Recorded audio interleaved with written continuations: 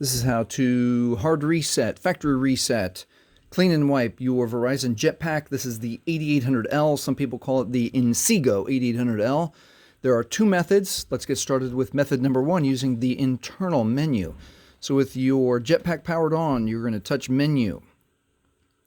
It's going to bring up settings. We're going to touch settings. We're going to scroll to find factory reset. We're going to touch factory reset, read and understand those instructions.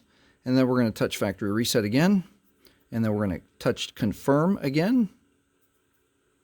See if my finger can do it. And it is resetting. And it takes just a few moments for the software to work inside and clear out all old data, connection data, messages that might be on this device. And this device is now factory reset. That's method number one.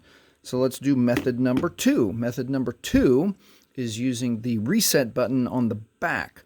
So again, with your Jetpack powered on, we're going to look for this little notch in the back case, and we can use a screwdriver, sim tool, or a thumbnail to pop that open, revealing the back and revealing the word reset in a little tiny notch.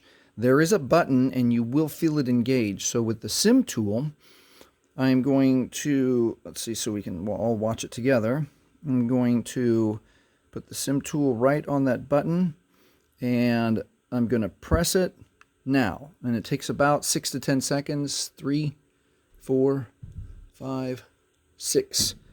And now this device, the software is factory resetting this device, and this is safe and secure and has cleaned all of your old data, connection data, or messages. So that is how you factory reset the Verizon Jetpack 8800. Thanks for watching. Please like, please subscribe.